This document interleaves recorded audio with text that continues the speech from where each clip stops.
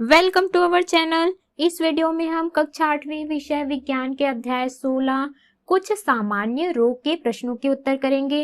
इस वीडियो को सुनने मात्र से ही आपको सारे प्रश्नों के उत्तर याद हो जाएंगे। तो अगर आपने हमारे चैनल को अभी तक सब्सक्राइब नहीं किया है तो जल्दी से सब्सक्राइब कर लीजिए और इस वीडियो को लाइक कर अपने फ्रेंड्स को जरूर शेयर करें। तो चलिए शुरू करते हैं। सबसे पहले हम पाठ्य पुस्तक के मध्य के प्रश्नों के उत्तर करेंगे। तो इनके उत्तर दीजिएगा। सबसे पहला प्रश्न है, हैजे के प्रमुख लक्षण लिखें। इसका उत्तर है, हैजे के प्रमुख लक्षण निम्न हैं। पहला, रोगी को सफेद व पतले दस्त होते हैं। दूसरा, पेट की पेशियों में ऐंठन व मरोड़ होती है। तीसरा, रोगी की धसी हुई आंख, पिचके गाल, निम्न रक्तचाप व कमजोरी। चौथा, बहुत अधिक लंबे समय तक दस्त होते रहने से शरीर में जल की कमी हो जाती है। प्रश्न दूसरा है, टाइफाइड का संक्रमण कैसे होता है। इसका उत्तर है, टाइफाइड साल्मोनेला टाइफी नामक जीवाणु से होता है। रोगग्रस्त रोगी के थूक, उल्टे, मल मूत्र आदि में इसके जीवाणु होते हैं जो मक्खियों द्वारा भोजन व जल स्रोत में पहुंचकर उन्हें दूषित कर देते हैं। प्रश्न तीसरा है, टाइफाइड शरीर के किन अंगों को प्रभावित करता है। इसका उत्तर है, टाइफाइड शरीर के आंत में पहुंचकर उसकी दीवार को क्षतिग्रस्त करते हैं। प्रश्न चौथा है, यदि किसी रोगी के शरीर में पानी की कमी हो जाए तब आप क्या घरेलू उपचार करेंगे। इसका उत्तर है, यदि किसी रोगी के शरीर में पानी की कमी हो जाए तो उसे 1 गिलास गुनगुने गर्म पानी में 1 चुटकी नमक व 1 चम्मच शक्कर मिलाकर जीवन रक्षक घोल तैयार करके रोगी को पिलाना चाहिए। अगला है, इनके उत्तर दीजिएगा। पहला प्रश्न, परजीवी प्रोटोजोआ से होने वाले रोग कौन कौन से हैं। इसका उत्तर है, परजीवी प्रोटोजोआ से होने वाले रोग मलेरिया, पेचिस, अतिसार, डायरिया आदि हैं। प्रश्न दूसरा है, मलेरिया फैलने का प्रमुख कारण क्या है। इसका उत्तर है, मलेरिया फैलने का प्रमुख कारण मादा एनाफिलिस मच्छर है। प्रश्न तीसरा, दस्त तथा अतिसार के रोगी का प्राथमिक उपचार कैसे करेंगे। इसका उत्तर है, दस्त तथा अतिसार के रोगी को प्राथमिक उपचार के तहत चावल का मांड, हल्की चाय, दाल का पानी, नारियल का पानी, नमकीन लस्सी, नींबू की शिकंजी में से जो उपलब्ध हो उसका लगातार सेवन कराना चाहिए। प्रश्न चौथा है, मलेरिया के रोगाणु एवं वाहक का नाम लिखिए। इसका उत्तर है, मलेरिया के रोगाणु प्लाज्मोडियम नामक परजीवी प्रोटोजोआ है एवं वाहक का नाम मादा एनाफिलिस मच्छर है। प्रश्न पांचवा है, पेचिस एवं डायरिया में प्रमुख 2 अंतर लिखें। इसका उत्तर है, पेचिस एवं डायरिया में प्रमुख अंतर निम्न है। पहला, पेचिस अधिक समय तक दस्त होने से मल के साथ रक्त, श्लेष्मा अथवा आंव भी आता है। डायरिया, इसमें लगातार पतले दस्त होते हैं। पेचिस, इसमें हल्का ज्वर भी होता है। डायरिया, इसमें ज्वर नहीं होता। पेचिस, ये आंत की झिल्ली से हृदय व तिल्ली में पहुंचकर घाव बनाते हैं। डायरिया, इसमें डिहाइड्रेशन के कारण मृत्यु भी हो सकती है। अगला है, इनके उत्तर दीजिएगा। पहला प्रश्न, छोटी माता के लक्षण लिखे। इसका उत्तर है, छोटी माता के लक्षण निम्न है। पहला, रोगी को हल्का या मध्यम बुखार रहता है। दूसरा, बेचैनी के साथ पीठ व जोड़ों में दर्द होता है।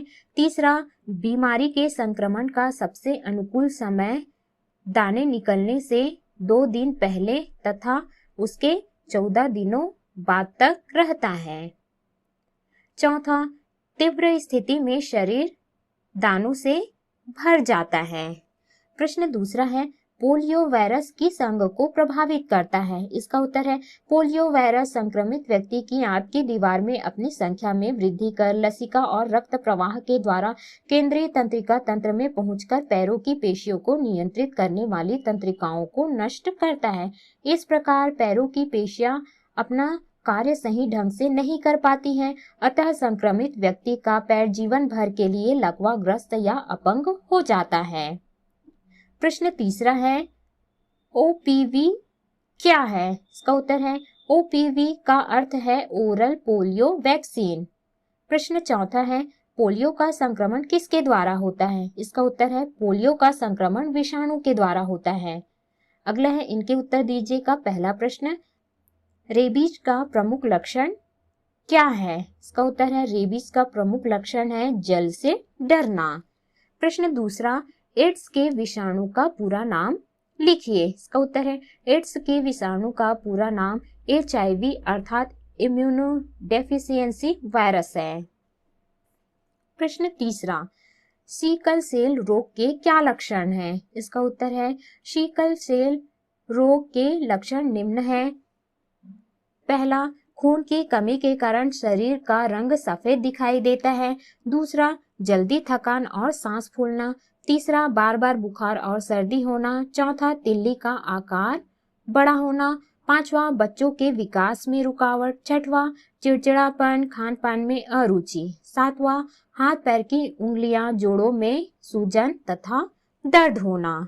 प्रश्न चौथा है, सामान्य लाल रक्त कोशिका और हंस्याकार लाल रक्त कोशिका में क्या अंतर होता है? इसका उत्तर है सामान्य लाल रक्त कोशिका और हंस्याकार लाल रक्त कोशिका में अंतर।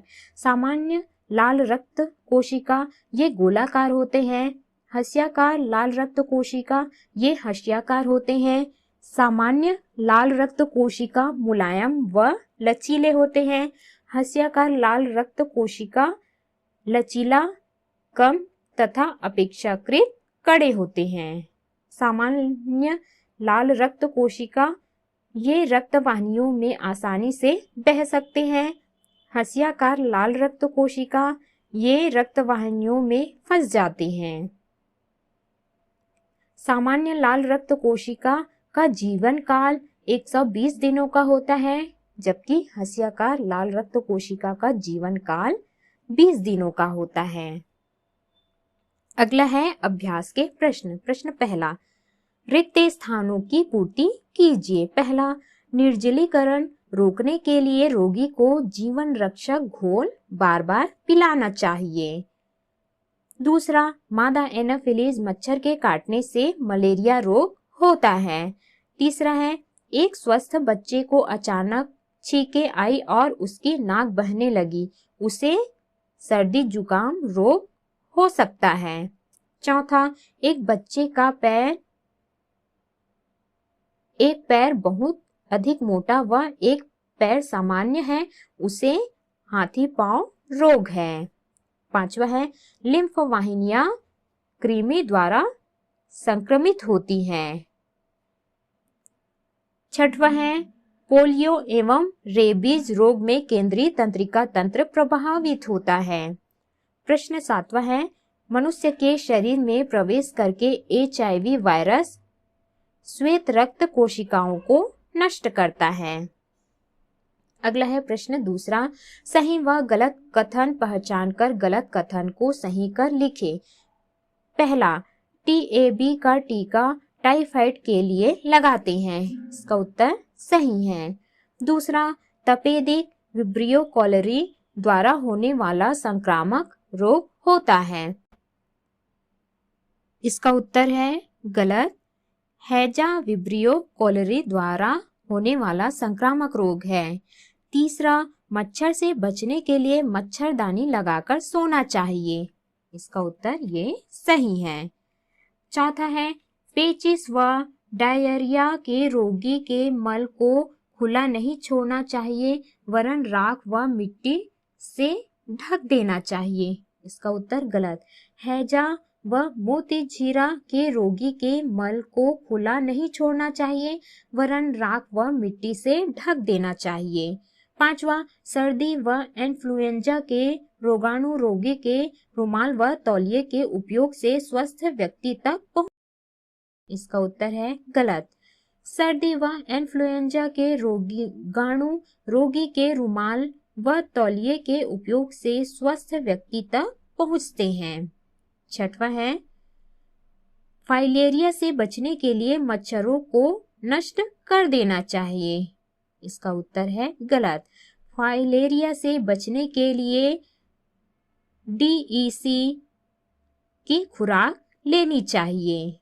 7वां है रेबीज सभी कुत्तों बिल्लियों के काटने से होता है। इसका उत्तर गलत है। रेबीज संक्रमित कुत्तों बिल्लियों को के काटने से होता है। प्रश्न तीसरा है सही विकल्प चुनकर लिखिए। पहला जीवाणु एवं विषाणुओं से होने वाला रोग है संक्रामक रोग। दूसरा BCG के टीके का उपयोग किस रोग के लिए होता है? तो इसका उत्तर है ट्यूबरकुलोसिस। तीसरा निम्न में से कौन सा जीवाणु जनित रोग है? तो इसका उत्तर है टाइफाइड। चौथा मलेरिया के रोगाणु का वाहक है। तो इसका उत्तर है मादा एनाफिलिस मच्छर। पांचवा निम्न में से किस रोग में ठंड तथा कपकपी के साथ बुखार आता है? इसका उत्तर है मलेरिया। छठवां है प्रोटोजोआ से होने वाला संक्रामक रोग है। तो इसका उत्तर है उपर्युक्त सभी। सातवां है पेचिश रोग होता है दूषित पानी पीने से।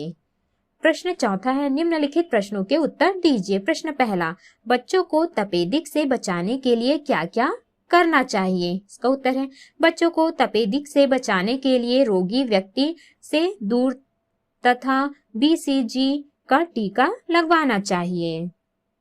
प्रश्न दूसरा है निर्जलीकरण क्या है? इसे दूर करने के उपाय क्या हैं? इसका उत्तर है शरीर में जल की कमी होने को ही निर्जलीकरण या डिहाइड्रेशन कहते हैं। इसे दूर करने के लिए जीवन रक्षक घोल बनाकर बार बार पिलाना चाहिए। अगला है प्रश्न तीसरा यदि आपके घर के आसपास बहुत गड्ढे हैं, उसमें पानी भी भरा है, मच्छर भी बहुत है, तब आपको कौन से रोग हो सकते हैं? इसका उत्तर है हमें मलेरिया हाथी पांव रोग हो सकते हैं। प्रश्न चौथा आपके साथी को पेट में ऐंठन व मरोड़ के साथ पतले दस्त हो रहे हैं, क्या आप बता सकते हैं कि उसे क्या और क्यों हुआ है? इसका उत्तर है हमारे साथी के पेट में ऐंठन व मरोड़ के साथ पतले दस्त हो रहे हैं तो अतिसार डायरिया हो गया है। इसका कारण दूषित भोजन एवं जल द्वारा आंत में संक्रमण है। प्रश्न पांचवा है किन्हीं दो विषाणु जन्य रोगों के नाम तथा लक्षण लिखिए। इसका उत्तर है दो विषाणु जनित रोग पोलियो रेबीज है। पोलियो के लक्षण निम्न है। पहला जुकाम के साथ बुखार आता है व उल्टियां होती है। दूसरा बुखार के कारण गर्दन अकड़ जाती है। तीसरा मांसपेशियां सिकुड़ जाती है एवं कार्य करना बंद कर देती हैं व दर्द होता है। चौथा पैरों की मांसपेशियां कमजोर हो जाती हैं। रेबीज के लक्षण निम्न है। पहला जल से डरना ही मुख्य लक्षण है। दूसरा तेज बुखार सिर दर्द एवं बेचैनी रहती है। तीसरा गले में अवरोध के कारण आवाज दबी दबी रहती है। चौथा नाड़ियों के फटने से लकवा भी हो सकता है। प्रश्न छठवां है मक्खियों के द्वारा कौन कौन से रोग फैलते हैं? इसका उत्तर है मक्खियों के द्वारा हैजा पेचिश अतिसार डायरिया और पीलिया के रोग फैलते हैं। प्रश्न सातवां है विवाह पूर्व रक्त जांच की रिपोर्ट क्यों देखी जानी चाहिए? इसका उत्तर है विवाह पूर्व रक्त जांच की रिपोर्ट इसलिए देखी जानी चाहिए क्योंकि सिकल सेल रोग का धारक वाहक का विवाह यदि सिकल रोग वाहक से होता है तो उसके बच्चे भी सिकल सेल के रोगी ही होंगे। तो इस प्रकार से हमने इसके सभी प्रश्नों के उत्तर किए। इस वीडियो को सुनने मात्र से ही आपको सारे प्रश्नों के उत्तर याद हो जाएंगे। तो अगर आपने हमारे चैनल को अभी तक सब्सक्राइब नहीं किया है तो जल्दी से सब्सक्राइब कर लीजिए और इस वीडियो को लाइक कर अपने फ्रेंड्स को जरूर शेयर करें।